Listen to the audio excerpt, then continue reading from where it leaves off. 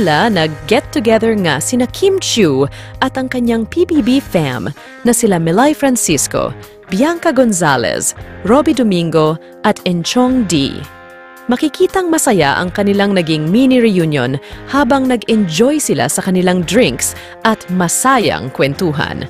Matapos nga ang paghihiwalay ni Kim Chiu at Shen Lim, ay tila ito nga ang first time na makabonding ulit ni Kim ang kanyang mga kaibigang PBB hosts. Makikita sa kanilang mga mukha na very happy sila kay Kim at sa kung sino man ang nagpapatibok sa puso ng actress ngayon.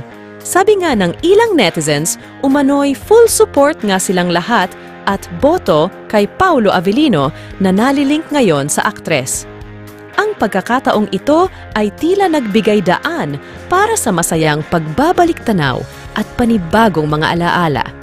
Bagamat nagdaan na sa iba't ibang yugto ang kanilang mga buhay, hindi maitatanggi ang tibay ng kanilang samahan at pagkakaibigan.